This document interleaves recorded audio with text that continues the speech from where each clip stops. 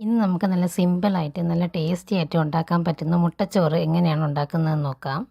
അതിനായിട്ട് ഒരു പാനിൽ ഓയിൽ ചേർത്തതിന് ശേഷം ഒരു 3 മീഡിയം സൈസ് സവാള ചോപ്പ് ചെയ്ത് ചേർക്കുക.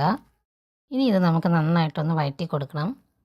ഒരു പകുതി തക്കാളിയും പകുതി ക്യാപ്സിക്കവും ചോപ്പ് ചെയ്ത് ചേർക്കാം. അതിലോട്ട് 1/2 ടീസ്പൂൺ പെപ്പർ, 1/2 ടീസ്പൂൺ മല്ലിപ്പൊടി, 1/2 ടീസ്പൂൺ മുളക് പൊടി എന്നിവയൊക്കെ ചേർത്ത് നന്നായിട്ട് വഴറ്റിയെടുക്കാം.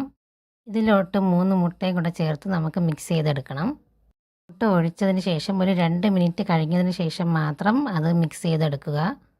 അങ്ങനെ ചെയ്യുമ്പോൾ ഇതുപോലെ വലിയ വലിയ പീസുകളായിട്ട് നമുക്ക് കിട്ടും മുട്ട. ഇനി നമുക്ക് ആവശ്യത്തിന് ചോറ് കൂടെ ചേർത്ത് കൊടുക്കണം. ഞാനിവിടെ ബസുമതി റൈസാണ് എടുത്തിരിക്കുന്നത്. നിങ്ങൾക്ക് വേണമെങ്കിൽ സാദാ ചോറും ഇതിലോട്ട് ചേർക്കാവുന്നതാണ്. പക്ഷേ ഇത്തിരി ടേസ്റ്റ് കൂടുതൽ എപ്പോഴും ബസുമതി റൈസിനായിരിക്കും.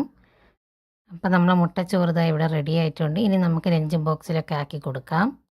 രാവിലെ സ്കൂളിലൊക്കെ പോകുന്ന തിരക്ക് പിടിച്ച സമയത്ത് നമുക്ക് ഈസി ആയിട്ട് ഉണ്ടാക്കാൻ പറ്റുന്ന ഒരു ലഞ്ച് ബോക്സ് റെസിപ്പിയാണിത്. അപ്പോൾ ഈ വീഡിയോ എല്ലാവർക്കും ഇഷ്ടപ്പെട്ടെന്ന് കരുതുന്നു. അടുത്ത വീഡിയോ ആയിട്ട് വീണ്ടും വരുന്നതായിരിക്കും. Thank you.